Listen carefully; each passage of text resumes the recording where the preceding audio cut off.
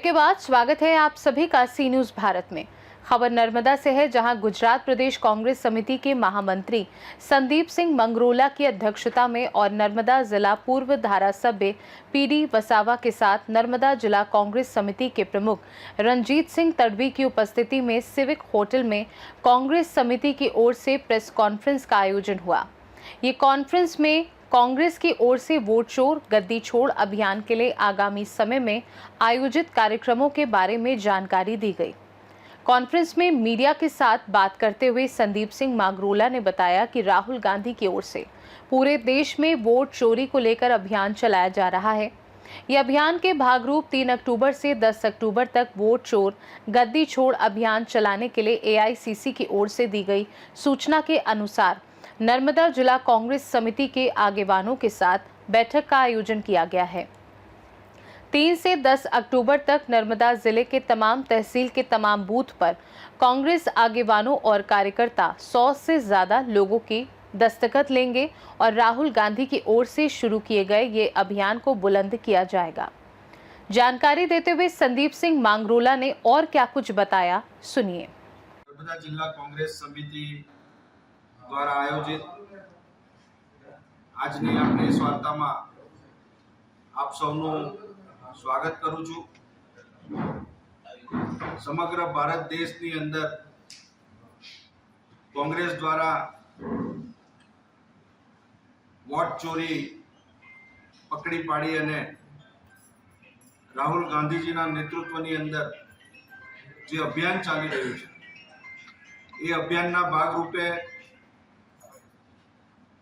3 October थी 10 October सुधी vote चोर गद्दी छोड़ सही झुंबेश अभियान चलावा माटे एआईसीसी तरफथी सूचना मळेली छे। ए अंतर्गत गुजरात प्रदेश कांग्रेस समिति द्वारा दिशा निर्देश करवामां आवेलुं छे अने ए आधारे आजे नर्मदा जिला कांग्रेस समिति ना આગેવાનો સાથેની આજની આ બેઠક છે અને એમાં ખાસ કરીને 3 થી 10 ઓક્ટોબર સુધી નર્મદા જિલ્લાના તમામ બૂથો ઉપર તમામ તાલુકાના તમામ બૂથો ઉપર કોંગ્રેસના તમામ સંગઠનના હોદ્દેદારો અને કાર્યકર્તાઓ ચૂંટાયેલા સ્થાનિક સ્વરાજ્યના સભ્યો માજી ધારાસભ્યશ્રીઓ આ તમામ જે આગેવાનો છે એ પોતપોતાના બૂથની અંદર જઈને દરેક બૂથમાંથી મિનિમમ 100 થી વધારે મતદારોની સહી કરાવી અને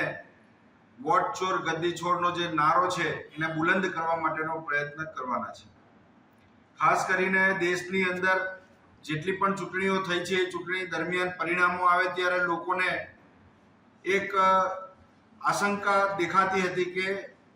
લોકોએ મત નથી આપ્યા છતાં પણ ભારતીય જનતા પાર્ટી કેવી રીતે ચૂંટણી જીતી જાય છે અને આ જ વાતને પકડીને કર્ણાટકની અંદર બેંગ્લોર સીટ ઉપર જે મતદાર યાદી છે મતદાર યાદીની ચકાસણીઓ કરાવીને જે ભૂતિયા મતદારો છે જે અલગ અલગ નામથી ખોટા નામોથી મતદાર યાદીમાં એનો સમાવેશ થયેલો છે એવા લાખોની સંખ્યામાં મતદારોને આઈડેન્ટિફાઈ કરીને कांग्रेस द्वारा चूंटणी पंच ने अनेक वखत रजूआतो करवामां आवी, परंतु चूंटणी पंच भारतीय जनता पार्टी ने मदद करती होय ए रीते एमनो व्यवहार हतो अने एना कारणे राहुल गांधी जे लोकसभामां विपक्षना नेता जेवी महत्वनी जवाबदारी संभाळे छे अने एमना तथ्य साथेना जे आक्षेपो हता आम छतां चूंटणी पंचे एने नजरअंदाज कर्या અને એના જ કારણે બિહારની અંદર રાહુલ ગાંધીજીના નેતૃત્વની અંદર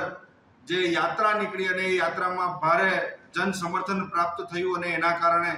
સમગ્ર દેશના અંદર આ જે વોટ ચોર ગદ્દી છોડ એ અભિયાન હેઠળ 3 થી 10મી તારીખ સુધીમાં એક જન આક્રોશ ઊભો કરવા માટે અને આ સરકારને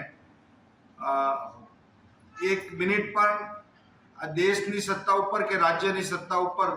के जे सत्ता चोरी करीने प्राप्त करेली छे एना उपर रहेवानो कोई अधिकार नथी। आज भारतना जे संविधान छे संविधाने તમામ નાગરિકોને સમાન અધિકાર આપેલો છે અને એ સમાન અધિકારના કારણે એક ઉદ્યોગપતિ હોય કે એક સામાન્ય ખેત મજદૂર હોય એના બંનેના મતની વેલ્યુ એક સરખી છે અને જે મતદારો છે એ મતદારો એકથી વધારે જગ્યાએ પણ તેઓના નામ આ ભારતીય જનતા પાર્ટી અને ચૂંટણી પંચની સાંઠગાંઠથી જોડી અને ચૂંટણીઓ ભાજપ જીતતું આવ્યું છે. એના પરિણામે લોકોનો જે સંવિધાન પ્રત્યેનો જે વિશ્વાસ છે એ વિશ્વાસ ડગી રહેલો છે અને એની પાછળનું જો કોઈ કારણ હોય તો આ ભારતીય જનતા પાર્ટીની સરકાર અને ચૂંટણી પંચની જે મેલી મુરાદ છે એના કારણે આ પરિસ્થિતિનું નિર્માણ થયેલું છે. ત્યારે આવનારા દિવસોની અંદર કોંગ્રેસ દ્વારા સમગ્ર આ 8 દિવસના જન અભિયાનની અંદર ગામડે ગામડે જઈને એક એક બૂથની અંદર 100થી પણ વધારે લોકોનો સહી કરાવીને વિરોધ દર્જ કરવામાં આવશે. સમગ્ર દેશમાંથી લગભગ 5 કરોડથી પણ વધારે સહીઓ સાથેનું આ મેમોરેન્ડમ એ ચૂંટણી પંચ અને સરકારની અંદર આપવાનું कांग्रेस ने नक्की करेलू है. नर्मदा से सी न्यूज संवाददाता वसीम मेमन की रिपोर्ट. खास रिपोर्ट में फिलहाल के लिए इतना ही. देश दुनिया की बाकी खबरों को जानने के लिए आप देखते रहिए सी न्यूज भारत.